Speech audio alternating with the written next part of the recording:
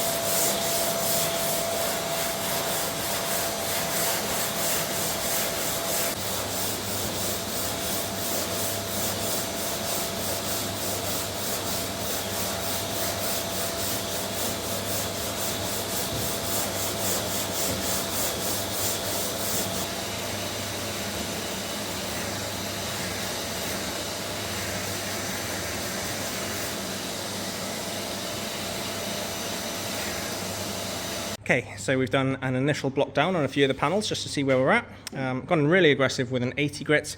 To be fair, on something like this, if I had something more aggressive than an 80 grit, I'd probably use that, because we are just trying to remove as much material as easily as possible. You can see on this section here, that's the epoxy. That's a tiny bit of filler, so you can see how thin the filler's gone. No need for a guide coat. We are low spots. It's obvious. I say it's obvious. It might not be obvious to some people. When you know, it's very, very obvious. But basically, we stop when we get through to the metal. Metal doesn't sand down in any respect to the filler, which is sanding around it. So directly we hit metal. If we keep sanding on that, you're just going to keep sanding material away from the edges. And this surface is going to go lower and lower and lower. This won't change at all, so that will become a high spot. It is a high spot already. Like I said, these are lows, high, and the filler area is kind of where we want it to be. So we're going to need to reskim all of these. You can't really spot fill areas like this. I could spot fill this, I could spot fill this, but then when we start sanding it again, it's just going to become wavy and rippled. So that's why we don't do things like that on something like this.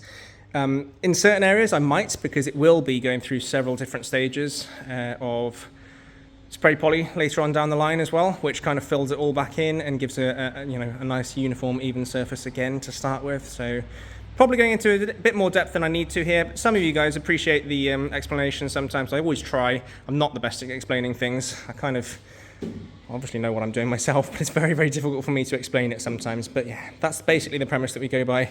Low spot, high spot. We want all that obviously to be as flat as we possibly can, so we'll just need a whole skim again, and then several different block downs. Again, you can see actually this section's come out a little bit better than I was expecting. It's not great. I haven't done that bottom section there. It's not great by any means, but it's not bad. Well, it is bad, but it's not nearly as bad as I actually thought it was going to be. So we've got some very, very high spots, which will actually need to be tapped down. They will be from previous welding work and things like that. That's a really high one. It's obvious there's anything there. The strange thing on these cars, you've got a very gentle body line there, and you've got a gentle line at the front, and then you've got a gentle one on the door as well. So I will need to put the door back on at some point to actually finish this off. Like I said, at the moment we're just doing the really rough block down. But I've actually got the laser level as well, so we'll use the laser level for this one to figure out exactly where that body line needs to be, because the car is in such poor shape you can't even see it. It's completely gone on both quarters. Body line doesn't exist anymore, but I know from reference photos and from the doors that there is meant to be one there. Yeah, you can just about see it there. It's subtle. It's more obvious on that door actually, just there. And I think it's more subtle on the quarters than on the doors from the looks of the reference photos, but at the moment it's not there at all. Same situation with the back then. We've started off on the back, and I'm actually going to have to check and see some reference photos, because I don't know at this stage even what I'm trying to replicate with all this, because it's just lost its shape so much over the years. I'm not even sure exactly what I'm trying to replicate in certain areas. Same with this section here. There's no body line on this as far as I can see, because there is a big metal bumper that comes around here in any case, which covers basically where it would be. So fairly sure there's not meant to be a body line there, because there's no evidence there's one at all on either side. We'll check back through some photos and stuff as well to make sure. But yeah, that's basically what we're up against on this one. It's a little bit of, I won't call it guesswork, but it is looking up reference photos and figuring out exactly what we need, what shapes we need to create out of this one, because the shapes unfortunately have disappeared. Like I said in the start of this video, I think the metalwork is simply not there. It's had so many patches over the years. Without removing this entire quarter and welding a brand new quarter in, I don't even think that's possible for one of these. It's just not possible to do anything else other than what we are doing. So I am having to recreate some shapes essentially. But yeah, I think I've waffled on for more than long enough in this video. I hope some of you guys find that interesting. If not, let me know and I won't do it again in future videos. We'll just keep it to the action shots, as it were. But yeah, sometimes I like to stop and explain exactly why I'm doing what I'm doing. So, like I said, enough waffling for now. Crack on.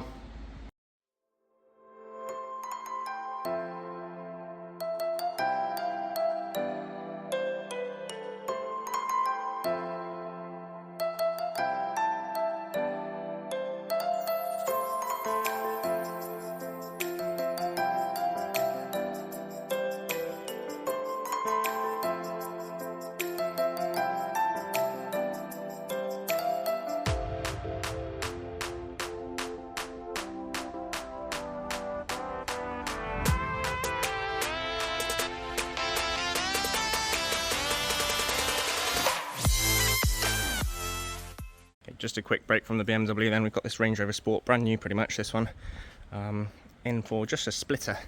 So parked at the top of the ramp there and put it in its off-road setting. Should be just enough access for me to get in underneath without needing to jack it up or anything. So see how this goes.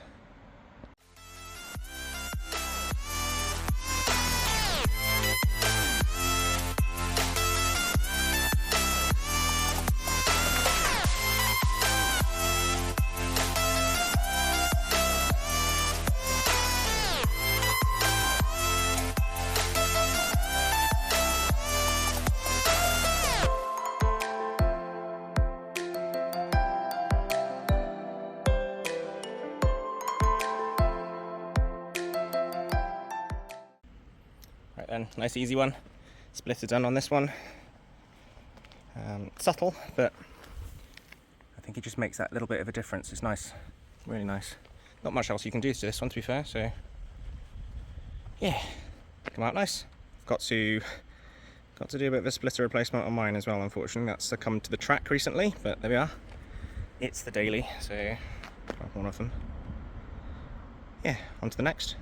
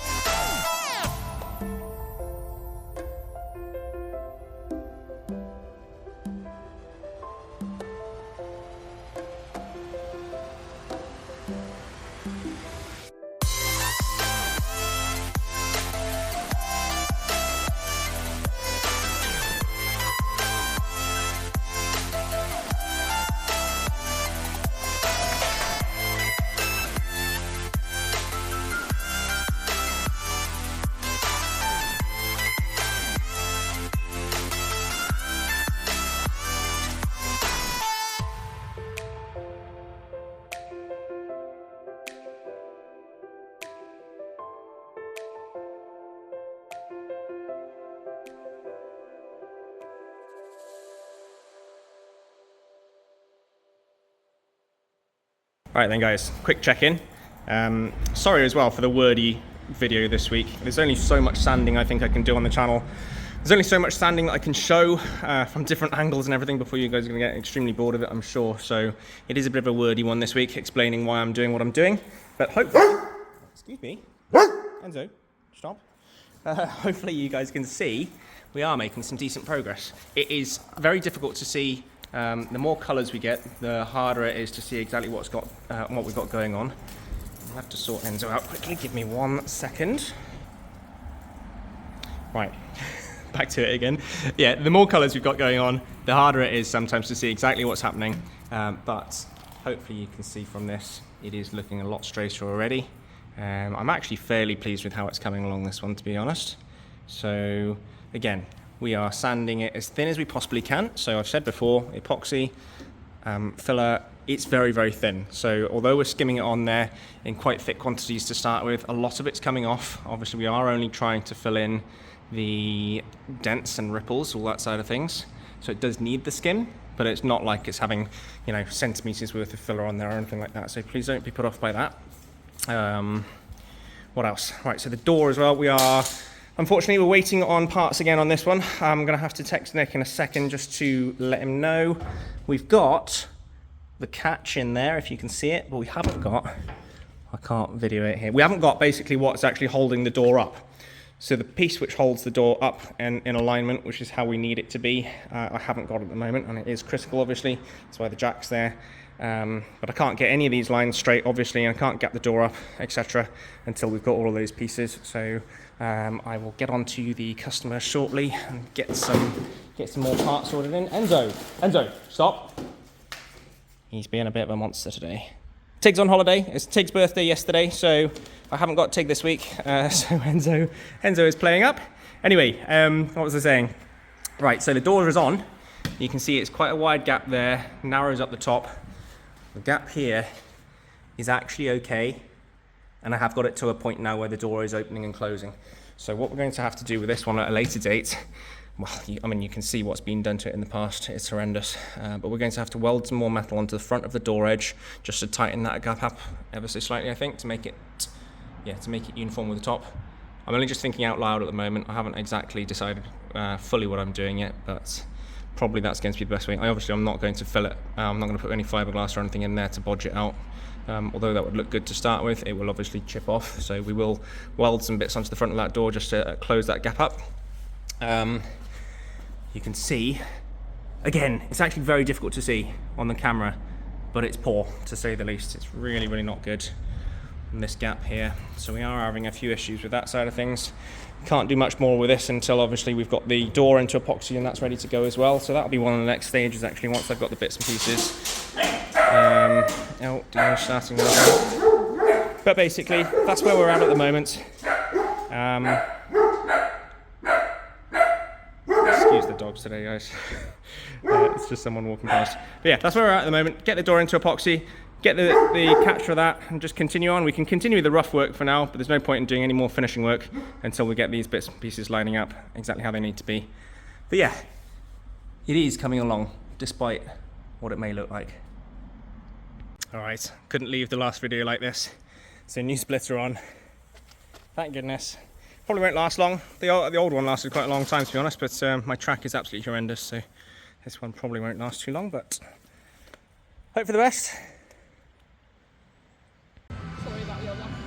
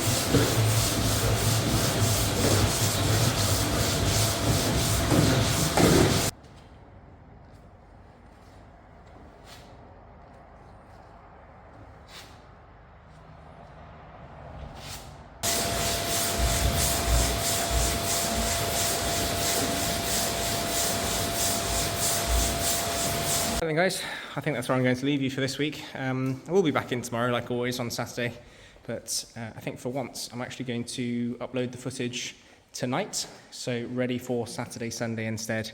I'll start uploading the YouTube videos on Saturday instead now, I think, going forwards. Just one extra day, isn't it, on the weekend? I think a lot of the views come from the weekends anyway, so yeah, anyway, regardless, I'm going to upload it tomorrow instead. So a bit of an abrupt end to this week's video, but we haven't quite finished the roof. We're getting there. Compared to how it was, you can still see some low spots in there. Definitely compared to how it was, it is getting there. We're just doing, okay, I think I've said this previously in this week's video as well, but we are just doing the rough fill at the moment. Obviously just blocking it down very, very roughly, and then we will be doing refining stages as we go essentially. So obviously re-skimmed all of the rear quarter. Not touched that bottom half again yet. Not sure what to do with this body line just here, just yet. Because actually on this car, this body line here is straight. So I've replicated that one to be straight, but it only is straight to that point there, and then it dips down. And it does that on both sides actually. So Not sure. I'm going to presume we need to dip this one down as well, if that makes sense then, just otherwise it's not going to follow the top line. I'll have a look a little bit more of a look at that in detail at some point, figure out what we're going to do with that. But yeah, started welding up this door gap as well, as you can see. Again, very, very rough and ready at the moment, but we've got more material in there now, ready for the next stages. Can't do this bit just yet until we have that hinge that I mentioned before, but you can see the gap that we had along this edge, more than within tolerance now in terms of the filler work side of things, because obviously it was a big old gap before. So yeah, coming along quite nicely actually. All in all, it's been a very, very productive week on this one. I know I've mentioned before, sometimes it doesn't look like we've done a huge amount, but I can assure you this is hours and hours and hours worth of work that's gone into this one, just to get it to this stage. But to me, in any case, it does actually look fairly good. Quite happy with how it's coming along, so yeah. Right, you can probably tell I'm absolutely exhausted, but hope you all have a good weekend, and as always, I'll catch you guys next week. See you then.